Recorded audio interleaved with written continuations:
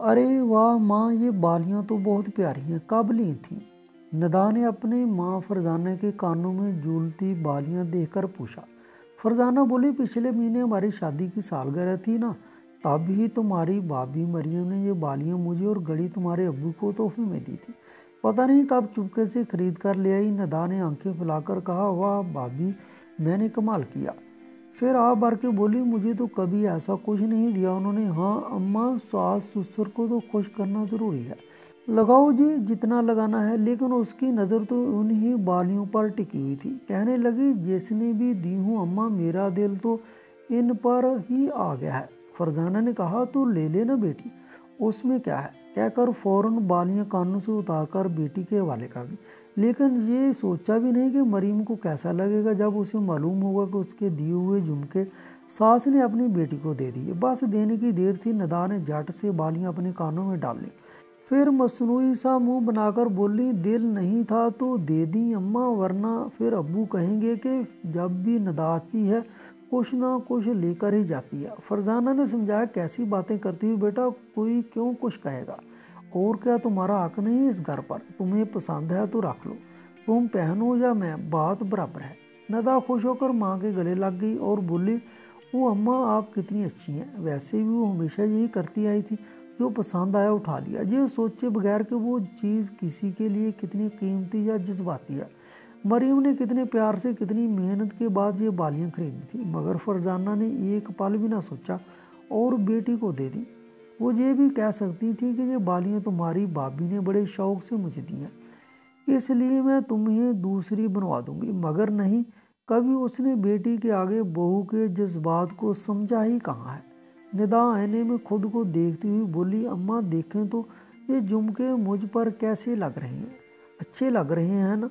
फिर कहने लगी, वैसे अम्मा एक शिकायत है, ये मुझसे नहीं बल्कि आपके दामाद से है।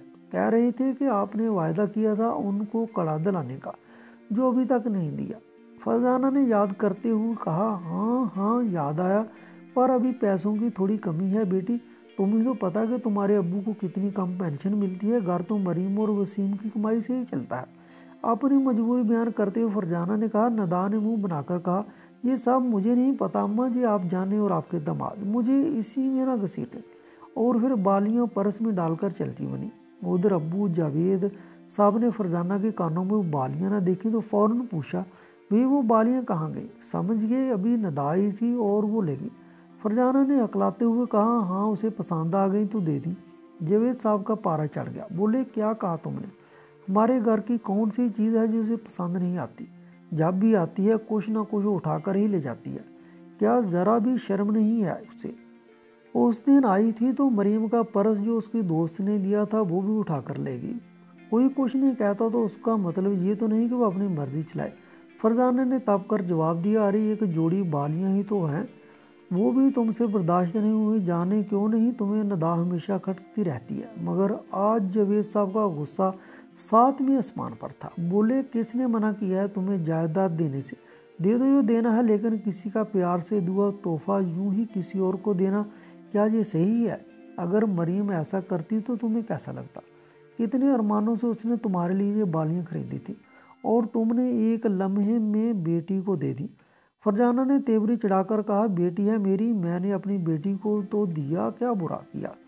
बड़े आए हो बहू की हिमायती। जावेद साहब बोले, तुम्हारी बेटी तुम्हारी कमज़ोरी का फ़ायदा उठा रही है, किस बात की कमी है उससे? उसके शोहर वसीम हम सबसे ज़्यादा कमाते हैं, फिर भी क्या कभी उसने अपने माँ बाप के लिए एक तोहफा तक खरीदा? कभी नहीं। क्या कभी अपनी बांजी के लिए खिलौना भी लाई? नहीं। मैं देख रहा हूँ तुम बहू और बेटी में कितना फ़र्क करती हो। बहू का प्यार तुम्हें बनावटी लगता है और बेटी का बनावटी प्यार सच्चा लगता है। फरजाना ने गुस्से से कहा, तुम कैसे बाप हो जो बेटी के नसीब पर भी नजर रखते हो? न जाने नदा ने तुम्हारा क्या बिगाड़ा है, जो हमेशा तुम्हारी आंखों का कांटा मरी रहती है। जावेद साहब ने लाल आंखों से जवाब दिया, ओ बदअक्ल औरत, नदा मेरी आंखों का कांटा नहीं बल्कि मरियम बहू तुम्हें खटकती है। सारा दिन घर में बैठकर आराम करती रहती हो, हुक्म चलाती हो, कभी ये नहीं होता कि बहू के कामों में हाथ बटा दो। और तुम्हारी बेटी, वो तो यहाँ आकर अपने हाथ पाँव हिलाना भी भूल जाती है। क्या नहीं करती मरीम इस घर के लिए? बाहर जाकर कमाती है और घर भी संभालती है, फिर भी तुम्हें ऐसी शिकायत ही रहती है। न जाने क्यों तुम बेटी और बहू में इतना फ़र्क करती हो। फरजाना ने तंज़ी अंदाज में कहा, अरे कमा कर लाती है तो कौन सा एहसान कर रही है हम पर, घर उसी का है तो संभालेगी कौन। जवेद साहब ने तंजन कहा, अच्छा सिर्फ उसी का घर है, तुम्हारा नहीं। बेटी जब भी आती है उसकी खातरदारी में लग जाती हो, मगर कभी ऐसा नहीं हुआ कि दफ्तर से थकी हारी आई हुई बहू को एक गिलास पानी दे दो। बस ताने देना आता है तुम्हें। बहू तो बहू उसकी सहेली को भी बर्दाश्त नहीं करती। जवेद साहब ने गुस्से में पैर पटकते हुए कहा, लगता है तुम्हें डर है कि कहीं मरीम अपनी सहेली के जरिए तुम्हारे खिलाफ मेरे कान न भर दे, इसलिए तुम्हें वो बिल्कुल पसंद नहीं। चलो छोड़ो भी, मैं क्यों अपने सर को दीवार से मार रहा हूँ, तुमसे बात करना ही फजूल है। ये कहकर जवेद वहाँ से चले गए और फरजाना बड़बड़ाती रह गई। उसे ये बर्दाश्त नहीं हुआ कि शोहर ने बेटी के खिलाफ कुछ कहा, लेकिन सच यही था कि जावेद ठीक ही कह रहा था। मरियम ने उस घर के लिए क्या कुछ नहीं किया था, मगर फिर भी फरजाना को इससे शिकायत ही रहती थी। रिश्तेदार हों या पड़ोसी, हर एक से वो यही शिकवा करती। अब तो बहू के राज में जीना पड़ रहा है, मुंह बंद करके रहना पड़ेगा, वरना कब बहू बेटा हमें बुढ़ापे के घर भेज दें ये कोई नहीं जानता। आजकल तो उल्टा ज़माना है, सास को बहू से डर कर रहना पड़ता है। ये सुनकर मरीम हमेशा सर झुका लेती, लेकिन ज़ुबान से एक लफ्ज़ ना निकालती। अलबत्ता उसकी आंखों से बहती आंसू उसके दिल का दर्द साफ दिखा देते। मरियम ने फरजाना को माँ मान लिया था, लेकिन फरजाना ने आज तक उसे परदेसी लड़की ही समझा। मरियम की हर बात उसे दिखावा लगती, लेकिन जब नदा एक बार बस ये पूछ लेती कि माँ आपकी तबीयत तो ठीक है, तो फरजाना खुशी से फूले न समाती। अगर दामाद हाल अहवाल पूछ लेता तो उसके हाथ पाँव ज़मीन पर न टिकते। एक दिन मरीम ने सिर्फ इतना कहा था कि माँ ज़्यादा चाय आपकी सेहत के लिए नुकसानदेह है, डॉक्टर ने भी मना किया है, मैं हॉर्लिक्स लाई हूँ, ये पी लीजिए। जैसे ही उसने गिलास बढ़ाया तो फरजाना ने झटक दिया और गुस्से से बोली, मुझे ज़्यादा नसीहतें मत दो, जो कहा है वो ही ले आओ।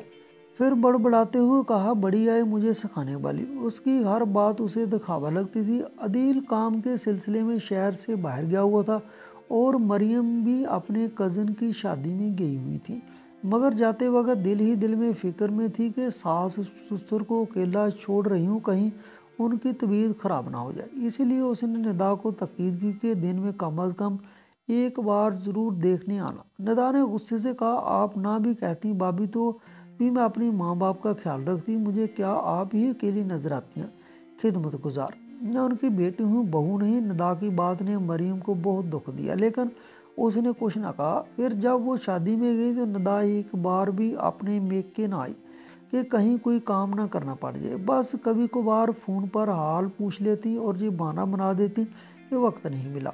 एक रात अचानक जावेद की तबीयत बिगड़ गई।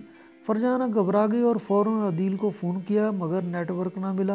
फिर नदा को फ़ोन किया, घंटी बजती रही, लेकिन किसी ने नहीं उठाया। दामाद को भी फ़ोन किया, मगर वहाँ भी यही हाल। बार बार कॉल करने पर भी किसी ने नहीं सुनी, तो फरजाना ने मजबूर होकर मरीम को फ़ोन किया। इतनी रात के सास का फ़ोन देखकर मरीम चौंक गई और जैसे ही कॉल उठाई तो फ़ौरन बोली, माँ क्या हुआ, अब्बू खैरियत से हैं।